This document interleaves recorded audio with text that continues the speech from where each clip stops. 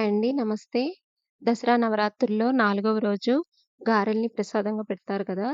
దీనికోసం ఒక కప్పు మినపప్పు 4, 5 గంటలు నానబెట్టుకొని, ఇలా టైట్‌గా ఉండేటట్టుగా మిక్సీకి వేసుకోండి.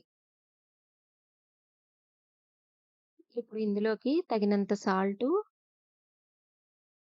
మిక్సీ వేసాం కాబట్టి కొద్దిగా ఈటింగ్ సోడా కూడా వేసుకుంటే గారెలు గుల్లగా వస్తాయి.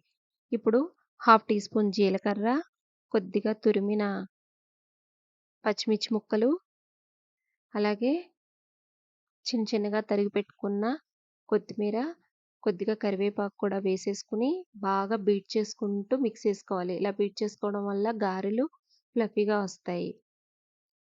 ఇప్పుడు డీప్ ఫ్రైకి సరిపడా ఆయిల్ పెట్టుకొని, ఆయిల్ బాగా కాగిన తర్వాత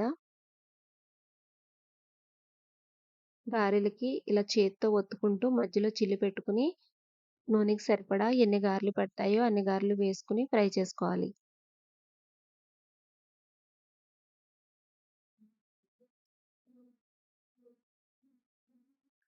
ఇలా గోల్డెన్ బ్రౌన్ కలర్ వచ్చేంత వరకు మీడియం ఫ్లేమ్‌లో పెట్టుకొని ఫ్రై చేసుకోవాలి.